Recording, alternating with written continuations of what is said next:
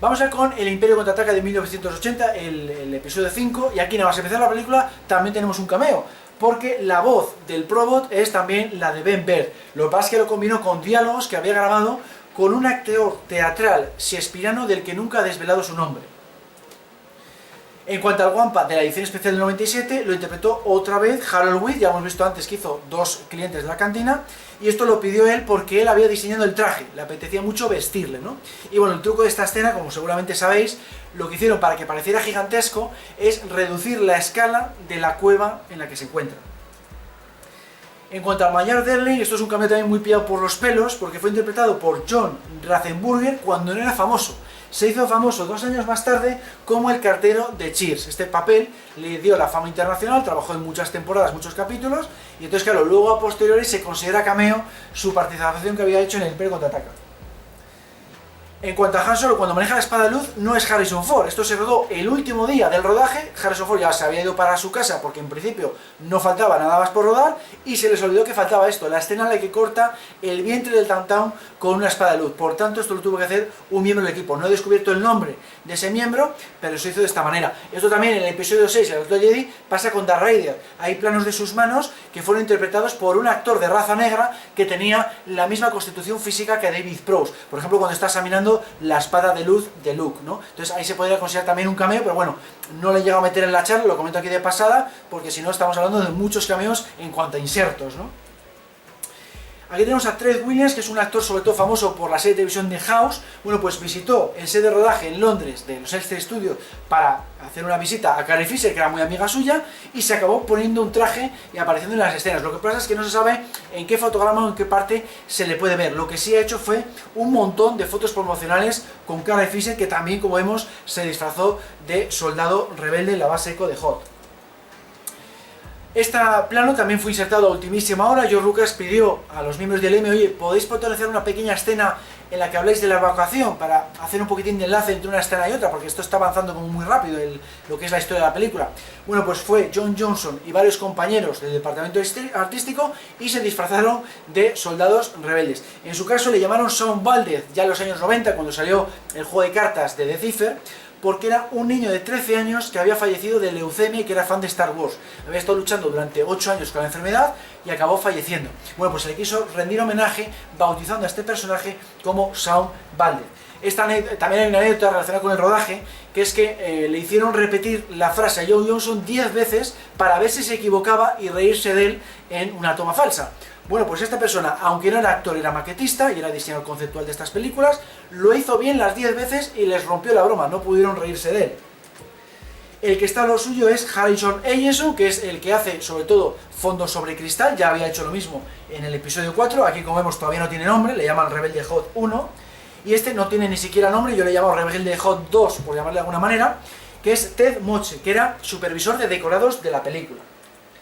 Detrás de él pasa andando ni más ni menos que el gran Ralph McQuarrie, que ya sabéis que hizo tanto fondos sobre cristal como diseños conceptuales de la trilogía clásica, y bueno, le pusieron un nombre muy original, le llamaron General McQuarrie.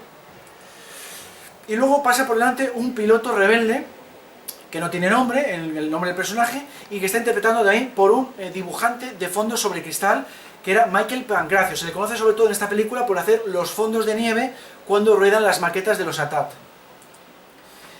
Aquí tenemos otra vez a Ben Baird en el altavoz de la base Echo cuando dice el transporte ha partido. Bueno, pues esa frase la dice él, pero curiosamente en la edición especial del 97 fue doblada de nuevo por Mark Hamill, que es una muy buena elección porque era actor de doblaje, pero no entiendo muy bien por qué quitaron a Ben Baird. Yo creo que esto se hizo porque la película se pasó a formato 5.1 y era necesaria esta modificación. Aquí tenemos a Peter Diamond otra vez, lo que pasa es que esta película solo hace 2 cameos que yo sepa, y uno de ellos es el soldado de las nieves que se pone a disparar al halcón milenario antes de que despegue. Aquí tenemos a un camarógrafo de efectos especiales llamado Jim Bellews, que rodó esto porque se hizo también a última hora. A George Lucas se le ocurrió que uno de los oficiales imperiales muriese cuando un asteroide choca contra un destructor estelar durante esta holotransmisión con Darth Vader. Entonces, en un principio Irving Kessler había rodado a los 2 oficiales imperiales de la derecha y decidió añadir George Lucas a este de la izquierda. Entonces le vistió de imperial, le llamaron Capitán Cannon House y para adentro, ¿no? Una cosa así muy rápida que rodó George Lucas con la segunda unidad, que es algo que ha hecho en varias ocasiones a lo largo de la saga, ¿no? Y esto se rodó como siempre, con un terciopelo negro de fondo, luego se reproduce en una tele y se filma la tele, y así consigues, vamos a decir, el ruido de las holotransmisiones, ¿no? En cuanto a Vox, el gruñido que suelta también le hizo Ben Ver, pues por lo mismo, por tiempo y dinero, para no meter más dinero en la película, porque ya había costado lo suyo, se pasó de presupuesto además en Imperio Contraataca, como sabemos, pues lo hizo el propio Ben Ver. Aquí tenemos a un Ugnaught interpretado por una persona que no es actriz tampoco, que era Elaine Baker, era la esposa de Kenny Baker, alias R22, y esto lo hizo en alguna ocasión. En alguna película de su marido, si había papeles así de personajes de baja estatura, pues también lo hacía su mujer. Aquí tenemos el segundo y último cameo que yo sepa de Peter Diamond en esta película, que es de este soldado imperial que resulta lanzado por Chewbacca. Esto no está confirmado oficialmente, pero sí es verdad que hay una foto de Peter Diamond iluminado con color naranja en este decorado y firmada por él. Pero no está claro que sea él el que hace esta acrobacia de que Chewbacca le lanza de la plataforma. Se cree que es él porque, claro, es la única acrobacia de soldado imperial que se hace en esta escena, ¿no? En cuanto al teniente Shekel, que vemos agarrando a Carrie Fisher y arrastrándola, en realidad es Jeremy Bulloch alias Boba Fett. Esto no se hizo aposta, esto no estaba planificado el vamos a mostrar la cara de Jeremy Bulloch. No, resultó que el actor contratado para interpretar a este personaje no se presentó en el set de rodaje. Entonces, como en la escena tenían a Jeremy Bulloch, oye, ¿te importa hacer de imperial? Venga, vale. Y ahí tenemos a Jeremy Bulloch dos veces en la escena, porque lo vemos primero de Boba Fett pegando tiros a Luke Skywalker y luego le vemos en la misma escena arrastrando a Carrie Fisher. Evidentemente no se ve a los dos personajes al mismo tiempo en pantalla. En la edición especial 97, una de las cosas que se añadieron también fue este recorrido que hace Darth Vader hasta la lanzadera imperial con su séquito, ¿no? Bueno, pues este añadido lo rodó C. Andrew Nelson, que tampoco era actor, era un miembro de LucasArts, de los videojuegos. Entonces, como había interpretado también a Darth Vader en escenas grabadas en vídeo para ciertos videojuegos, pues le pidieron, oye, ¿puedes hacer esta pequeña toma para el Imperio Contraataca edición especial? Y encantado de la vida, se puso el traje del personaje. Vamos a con el episodio 6, el reto del Jedi del año 83, y aquí hay que comentar que tenemos un cameo de una escena eliminada. Bueno, pues esto resultó que Peter Diamond le dijeron, oye, te tienes que disfrazar de un alien que se compone exclusivamente de luz, con un traje plagado de bombillas, pero esto al final no pudo ILM por ello. Fue de los poquísimos efectos especiales que no pudo sacar adelante con la tecnología de la época y se decidió eliminar. Esto debe transcurrir o cuando C-3PO se está dirigiendo al trono de Jabba, o cuando C-3PO se está dirigiendo a la sala de tortura de los droides. No lo sé muy bien, pero bueno, ahí tenemos una escena eliminada y en consecuencia tenemos un cameo eliminado. En cuanto a Jabba the Hutt, pues lo que he dicho antes, un famoso lingüista que era Larry Ward, que ya había doblado a Greedo, pues volvió a hacer de este personaje porque evidentemente habla jutés, habla el mismo idioma que Greedo. Lo que no hizo fue los eructos. Los eructos los hizo un compañero de Berber, que era también diseñador de sonido, que era Howie Haberman. Tenía mucha fama de que cada vez que bebía soda se ponía a eructar, y eran unos eructos tremendos, ¿no? Bueno, pues le ficharon para hacer un eructo en Alien, el octavo pasajero, y como lo hizo muy bien, le fichó aquí de nuevo Ben Ver para poner los eructos de Jabba the Hutt y los eructos también del Sarlacc. En cuanto a Salazar Scrum, esto se considera cameo porque el que le dobla es bastante conocido dentro del ámbito del doblaje, se llamaba Mark Donson. Entonces, bueno, esto está un poco pillado por los pelos porque realmente es un actor de doblaje haciendo de actor de doblaje, pero bueno, no quiero meter porque lo suelen considerar cameo. Y además porque luego trabajó otra vez, un par de veces más, en la franquicia galáctica. Trabajó en la segunda película televisiva de los Ewoks y también en el episodio 7. En cuanto al droide torturador, fue doblado por Richard Marquand, el director de la película. Ya sabéis, este director galés que fichó George Lucas porque no pudo fichar a Steven Spielberg, porque Steven Spielberg pertenecía al sindicato de directores y George Lucas ya no, se había salido de esas asociaciones, se tenía que sacar a alguien de Europa, y bueno, pues el elegido fue este galés. Y nada, pues como en el plató de rodaje prestó su voz a EV9D9 para dar pie a los actores y funcionó muy bien, pues luego se grabó a sí mismo en la fase de doblaje y luego Ben Ver le añadió el toque metálico, ¿no? En esta misma escena también tenemos al propio Ben Ver doblando los gritos de Eje 6, ese droide Gong de energía que está siendo torturado. En cuanto a la edición especial 97, ya sabéis que se grabó de nuevo el baile de Ola, pues aquí aprovecharon y metieron nuevos cameos. A Nelson Hall, que ya hemos dicho antes que es maquetista de ILM, que estuvo como soldado imperial en la edición especial 97 de episodio 4, bueno, pues aquí interpreta a Doda Bodonahuedo, que es el rodiano que toca esta especie de saxofón, ¿no? También interpreta a Boba Fett en una escena añadida en la que le vemos caminando delante de lo que es el baile de Ola. Pero Boba Fett, cuando intenta ligar con las bailarinas, es otra persona, es Don Bies, que tampoco era actor, era miembro de ILM, era bastante conocido porque había sido archivista de los archivos de Lucasfilm, había sido maquetista, había trabajado en efectos especiales y sobre todo lo que más fama le ha dado es que fue el principal operador de R2D2 en la trilogía de precuelas. También interpretó, por cierto, esta misma persona a Barkin Dan, que hace como el hermano de Fergie Dan, ¿no? El Biz que interpretaba canciones en la cantina de Mos Eisley, ¿no? Ese es un poco el lore que le añadieron, y bueno, pues ahí tenemos como el Biz que toca también esa especie de trompeta o de saxofón. En cuanto a la voz de Buzz, la puso Pathwell, que era muy famosa porque había puesto la voz a E.T., el extraterrestre, del año 82. ¿Esto cómo fue? Bueno, pues resultó que Ben Burtt también hizo el sonido de esa película, necesitaba una voz que no fuera ni joven ni vieja, ni hombre ni de mujer, ¿no? Porque va a ser una alienígena. Bueno, pues entró a una tienda, resultó que escuchó a esta clienta hablando y le pareció una voz perfecta para E.T. Le preguntó, oye, ¿te apetece participar doblando un personaje de cine? Y le pareció una idea maravillosa porque esta persona ya había sido actriz de radioteatro. Entonces hizo una interpretación de T soberbia y se acordó de ella cuando había que doblar este extraño dialecto de Buzz, que ya sabéis que es la princesa Leia disfrazada, ¿no?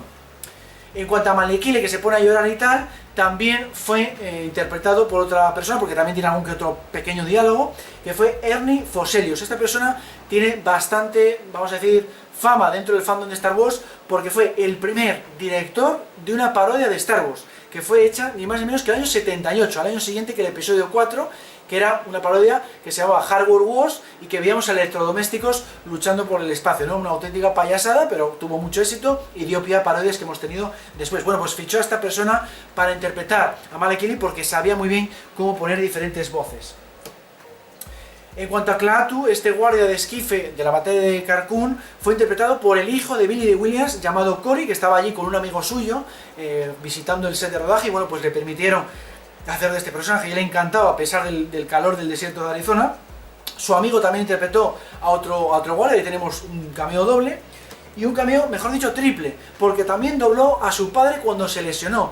Aquí ya lo he contado en otras charlas y en otros sitios, que resultó que una carga pirotécnica explotó muy cerca del pie de este actor y le lesionó. Y en ese momento su doble especialista ya se había marchado a otro set de rodaje. Entonces ficharon a su hijo para que terminara el rodaje porque no había otra, y aparte que, bueno, tiene, como vemos, cierto parecido físico, ¿no? En cuanto al Wiki, que vemos cayendo en el foso de Serrak, el primer personaje que cae al foso, fue interpretado por Peter Diamond, seguramente por el riesgo que conllevaba y para ver que era factible hacer ese pedazo de salto, ¿no? Esto al final fue muy problemático, habían puesto colchonetas bajo tierra, ¿no? En un escenario que estaba por encima es un escenario por encima del desierto, lleno de arena, pero realmente es subterráneo, ¿no? Bueno, pues resultó que como los especialistas caían desde 6 o 9 metros de alto, muchos de ellos se rompieron brazos y piernas. En cuanto a este Gran Rebelde, es uno de los fantásticos made paintings que hacían esos artistas que hemos dicho antes, ¿no? Harrison Ellinson, Ralph McQuarrie y tal, pero luego los actores que vemos moviéndose, evidentemente, tenían que ser interpretados por lo que sea, ¿no? Entonces, muchos de estas personas son miembros de LM, y la más famosa es Patricia Rose Duigan, porque era supervisora de producción de efectos especiales de la película, es decir, la que se encarga de vigilar los tiempos, los horarios de trabajo, los presupuestos del departamento de efectos especiales. Esta persona pues tenía cierta fama dentro de ILM porque era de las pocas mujeres de la empresa, y se hizo también esta foto promocional y alguna otra foto más con George Lucas, y en este caso con las maquetas, ¿no? Luego aquí hubo un montón de especialistas británicos rodando las escenas eliminadas en las que se meten por el búnker, ¿no? Que lo hemos visto en el Blu-ray de la película. Bueno, pues esto, si hubiera salido a la luz, pues hubiéramos tenido un montón de cameos, porque son especialistas haciendo de soldados rebeldes, y son de los mejores del sector en cuanto a cine británico, ¿no? Tenemos, por ejemplo, a Al Joint, que ha trabajado en la saga de James Bond, Paul Weston fue el doble de Timothy Dalton en la saga de James Bond, y también tenemos, como veo ahí señalado con la flecha amarilla, al propio Peter Diamond. Bueno, pues estos cameos también se quedaron fuera, porque siempre les vemos fuera del búnker, o ya secuestrados dentro del búnker o poniendo las cargas explosivas, y apenas, a duras penas se les puede ver, ¿no? Y en California rodaron sobre todo con especialistas americanos. Como dato adicional se puede añadir que aquí tenemos a la izquierda del todo a Tracy Eden, que era, Tracy Edon era la doble de Carrie Fisher, sobre todo en las escenas de la batalla de Carcún se tuvo que poner un bikini metálico pero hecho de goma espuma porque ella se encargaba de las escenas más arriesgadas. Y bueno, incluso a la derecha del todo, por cierto, está Colin Skipping, que ya hemos dicho antes que era el doble principal de Mark Hamill. Este soldado explorador que lucha contra Luke Skywalker en la persecución de Motojet también fue interpretado por Peter Diamond. Aquí digamos que hizo dos papeles que se ven en pantalla y otros dos de escenas eliminadas. Uno de los Ewoks fue interpretado otra vez por Ellie Baker, que era la esposa de Kenny Baker, la R2D2, y el propio Kenny Baker interpreta a Paplú. Esto tiene su historia. Originalmente, Kenny Baker, aparte de interpretar a R2D2 como siempre, iba a interpretar a Wicket. De hecho, lo interpretó en las escenas británicas. Pero cuando tuvo que rodar la parte más importante de Wicket, que es cuando conoce a Leia en los bosques de Endor, y eso se rodó en California, no estaba disponible porque se había emborrachado la noche anterior. Tenía una resaca tan tremenda que la habían descubierto metiéndose en un lago refrescando para ver si se podía quitar la resaca. Como no lo consiguió, tuvieron que encontrar un sustituto para Wicket y ficharon a un niño de 11 años llamado Warwick Davis. Y a partir de entonces pues tuvo una carrera bastante llamativa dentro del mundo del cine, porque por ejemplo fue Willow en la película del mismo título y ha hecho no sé cuántos papeles, incluso en la saga ha hecho 17 cameos, como vamos a ver más adelante, ¿no? Dice Kenny Baker al respecto que no le importó en absoluto porque se abrazaba con el traje de Ewok y prefirió hacer el de Paplú, que ya sabéis que es mucho más cortito, y encima cuando hace la escena en la que roba una motojet, eso lo hizo un especialista, entonces hizo muy poquito como Paplú. En cuanto al coronel Dyer, que es este oficial que intenta detener a Han Solo en el interior del búnker, fue interpretado por Ben Baird. Es el primer cameo que hace en el que se le ve la cara, no cameo de voz. Esto le hizo una ilusión tremenda por verse en pantalla, pero le dio rabia no estar con Harrison Ford en el set. Esto lo rodó él en solitario, con una pequeña unidad, con pantalla azul, seguramente pues para ahorrar costes o porque ya se había rodado el otro. Y nada, ya sabéis que este personaje, pues Han Solo le lanza una especie de carga explosiva y cae por encima de la barandilla. Bueno, pues se decidió poner a sí mismo el grito Wilhelm famoso. Lo que pasa es que en castellano se pierde porque fue doblado el grito por la misma persona que le dobla cuando dice la frase de quietos. Entonces no tenemos al Wilhelm en esta ocasión en la versión en castellano. Aquí tenemos un cameo doble. Los dos pilotos del AT-ST que resulta robado por los Ewoks y por Chewbacca son interpretados por el director de la película, Richard Marquand, a mano izquierda, y por uno de los productores de la película, que era Robert Watts. Bueno, pues esto se lo pasaron en grande y hay muchas fotos cómicas al respecto. Por ejemplo, George Lucas estaba dándole bocinazos a Richard Marquand en una foto con el altavoz del director, ¿no? Por supuesto, cuando luego le vemos cayendo a uno de ellos desde lo alto del AT-ST, eso lo hizo un especialista. Y luego la voz no es del especialista ni de los dos que hacen cameo. Fue de una tercera persona, que es Craig Barron. ¿Esto cómo fue? Bueno, pues es un miembro de ILM que ganó un concurso de gritos. Ben Baird le gustaba hacer eso con papeles muy secundarios, hacía un casting de voces, en este caso de gritos, y el que mejor gritó o el que mejor quedaba para esta escena era el de Craig Barron, que ya digo que era un técnico de efectos especiales. Por supuesto, la edición especial del 97 había que contratar a mucha gente para hacer estas multitudes, y para ahorrar costes, porque ya había gastado Lucas como 20 millones de dólares en restaurar esta trilogía, se decidió tirar de miembros de ILM que se disfrazaban varias veces y luego se multiplicaban digitalmente por los escenarios. Por poner un ejemplo, porque aquí nos podríamos tirar una charla entera, Fon Davis interpretó a 3 personajes, 2 alienígenas y un humano, en la celebración que transcurre en Coruscant.